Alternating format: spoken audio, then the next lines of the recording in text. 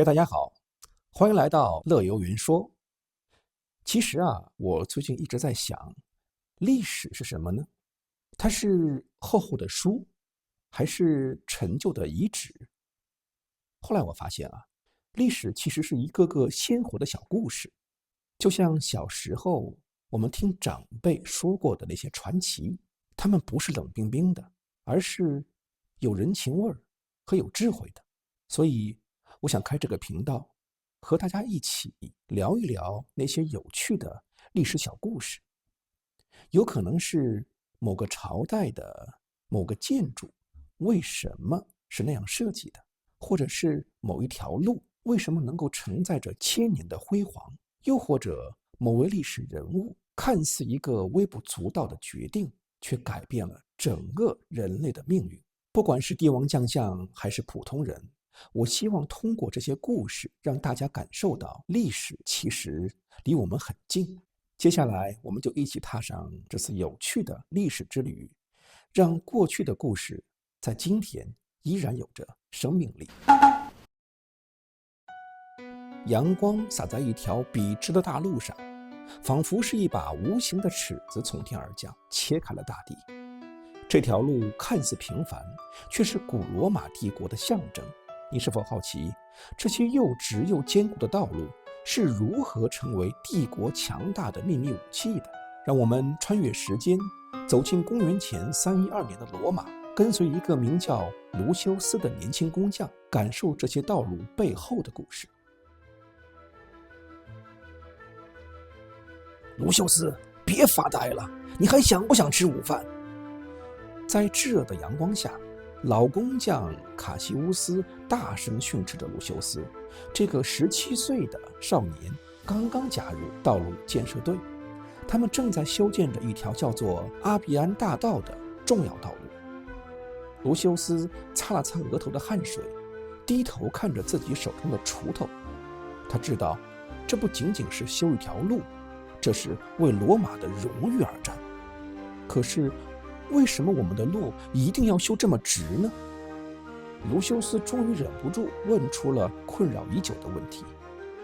卡西乌斯停下了手中的工作，抬起头看着卢修斯，脸上露出一丝耐人寻味的笑容。他用粗糙的手指指向远方那条笔直的路。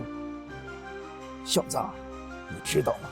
一条直路是通向罗马征服世界的钥匙。卡西乌斯开始讲述一个故事。几十年前，这里还是泥泞的小路，战车一经过，深陷其中，士兵们不得不停下来推车。那时，我们的敌人可以轻而易举地追上我们的队伍，偷袭我们。可后来，元老院下令修建第一条坚固的道路，让战车跑得快，货物运动稳，直线是最快的路，也是最危险的路。他让敌人无处躲藏。卢修斯若有所思地点点头，又接着问：那为什么要用这么多石头呢？不能简单一些吗？卡西乌斯哈哈大笑。简单？如果简单了，我们的帝国就会像泥巴道路一样软弱。他带着卢修斯走到一个正在铺设的路段，指着脚下的层层叠叠。看看，这叫多层结构。最底层是大石块，保证基础稳固；中间是碎石和沙砾，防止路面塌陷。最后，我们用大石块铺表面，让它经久不坏。卡西乌斯拍拍卢修斯的肩膀说：这一层层的努力和帝国的军队一样，紧密结合才能击败任何敌人。记住，路就是帝国的脉搏。就在卢修斯逐渐领悟道路的重要性时，一队急匆匆的士兵从远处赶来，他们的马踩在铺好的石板上，发出清脆的声响，引得工匠们纷纷停下手中的工作。士兵头领跳下马，大声喊道：工匠们，我们需要你们帮忙！一条路段被暴雨冲毁了，如果修不好，军队的粮草就送不到前线，边疆的将士就会挨饿。卢修斯心中一紧，他第一次感受到这条路的命运不仅关乎帝国，还关乎着每一个士兵的生命。他跟随卡西乌斯来到损毁路段，亲眼见证了洪水冲毁石板的破坏力。别害怕，卢修斯，卡西乌斯拍拍他的肩膀，说道：“用我们的方法，没有修不好的路。”工匠们用最短的时间挖开受损道路，将大块石头重新打磨平整，再次铺好路面。卢修斯也第一次感觉到自己的每一次锄地，每一块石头的摆放，都是为了守护千里之外的生命。1个月之后，阿比安大道终于全线贯通。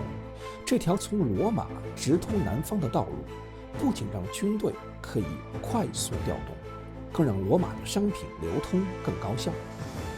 卢修斯站在路边，看着一队队战车飞驰而过，心中充满了骄傲。卡西乌斯走到他身边，指着那条笔直的路，说道：“记住，卢修斯，路是通向未来的钥匙。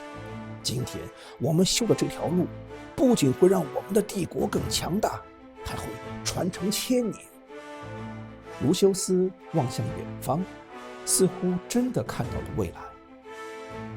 那些罗马的道路连接的不仅是城市和疆土，更是一个帝国的梦想与荣耀。今天我们站在仍然保存完好的阿比安大道上，是否也能感受到卢修斯与卡西乌斯当年的心血呢？那笔直的线条仿佛穿越了千年的时光，告诉我们，一条好的路不仅仅是连接2个地方，它还连接了过去与未来。